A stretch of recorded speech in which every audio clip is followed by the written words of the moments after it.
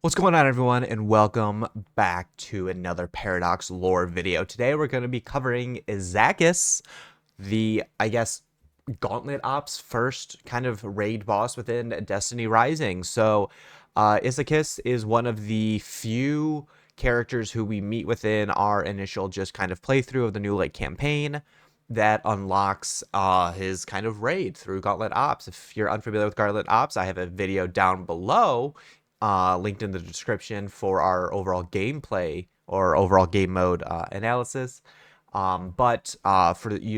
Those of you who are just wondering and curious, Gauntlet Ops is sort of broken down into three different operations. So the first one is just a break-in, which is essentially just your entrance encounter to a raid. The second one is just sort of a raid mechanic, getting you to understand what to do and how to, read things. And then the third encounter is your boss fight. So you would matchmake into each and every one, or you can just join an LFG team and play through it.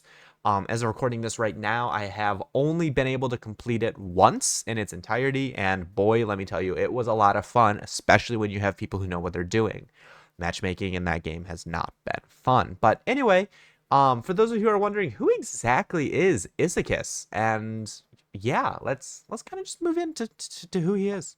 Issakis, the fourth archpriest of the Splicers. An archpriest in the conclave of archbishops, the leadership of the Splicers, and the head of the House of Devils in Jiangxi Metro. Currently, nothing is known about him though Sorix did mention a high-ranking member of the Splicers called the Martyr in his communications. It seems that the Splicers and Issakis are behind the activities of the House of Devils in Jiangxi Metro. An archpriest in the conclave of archbishops and the leadership of the Splicers and the head of the Devils in Jiangxi Metro. He monopolized the transportation of the upper station of the Linyu space elevator, aside from giving orders to the members of the Splicers. Issakis is rarely seen in battles, opting instead to spend his time at the Eclipse Monolith, conducting his fanatical experiments. Issakis doesn't trust others, keeping the only authorization of the Eclipse Monolith to himself. Finish him and the Splicers' plan will collapse in on itself. An archpriest in the conclave of archbishops, the leadership of the Splicers, and head of the House of Devils in Jiangxi Metro. It won't be so easy to assassinate Issakis, since there are three forces that provide him non-stop protection: the garrison in the upper level of the space elevator, the drones at the spaceport, and the monster drone in the laboratory.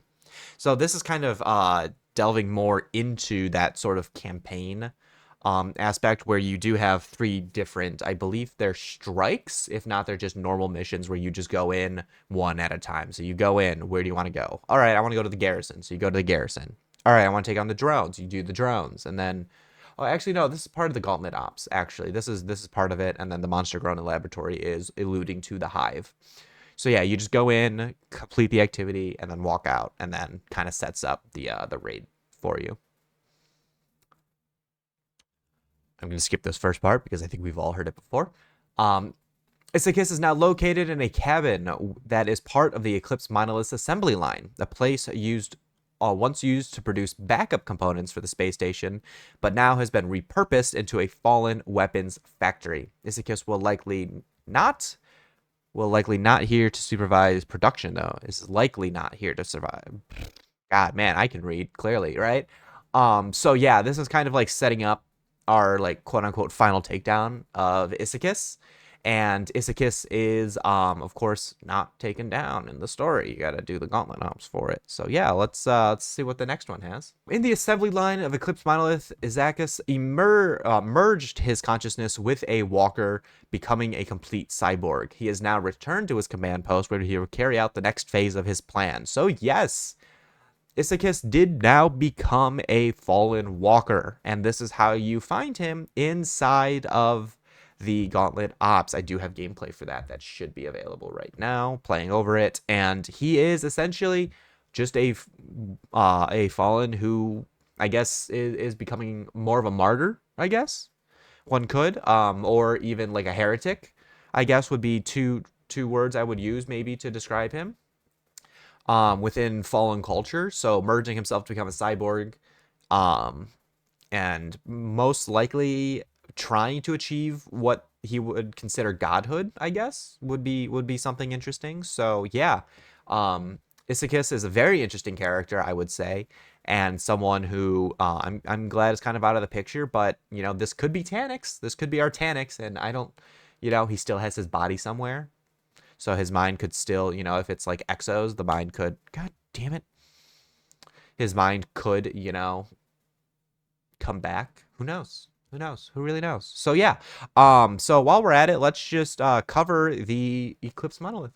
Eclipse Monolith, a Lenu space station modified by Issakis, Archpriest of the Splicers. Once the fallen fleet arrived in Earth's orbit, they immediately spotted the towering Lenu space elevator. Every house leader who saw it understood its strategic value. Soon, a battle for the station at the top of the space elevator was fought between the fallen houses.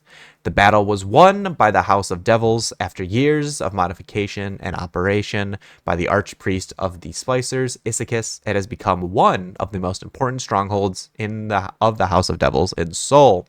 Once Eclipse Monolith is activated, it can attack anywhere on Earth, and the disconnected space elevator will fall and make an immeasurable impact on the people who fail to evacuate Jiangxi Metro. So yeah, the Eclipse Monolith space station is a very crucial part to the campaign, and actually could provide a very, very huge impact on Earth. So yeah, they wanted to create a mobile space station that could attack anywhere on Earth from orbit, which makes it purely unstoppable. So the space elevator would have fallen when the station did disconnect, which would have destroyed all of Jiangxi Metro. And we did manage to, within the story, move most people to Haven, but those who did stay in Jiangxi because they wanted to and have fought so hard to defend it are now staying and were in danger until we destroyed Issakis. So that does leave me to kind of ask myself this of is the Eclipse Monolith going to be a point of contention in the future? Are we going to return to this place with a new fallen house coming in? Are we going to have like a hive infestation? Like, are more things going to take place in the future of this game on Eclipse Monolith because of its strategic value and also its importance? So yeah, everyone, that's going to be it for me for today's video. Thank you so much for watching. I greatly appreciate all of your likes and support during our cover of the lore. Stay tuned to the channel. We'll have plenty of more things to cover. And yeah, thank you so much again for watching, and have a great rest of your day. Take care now.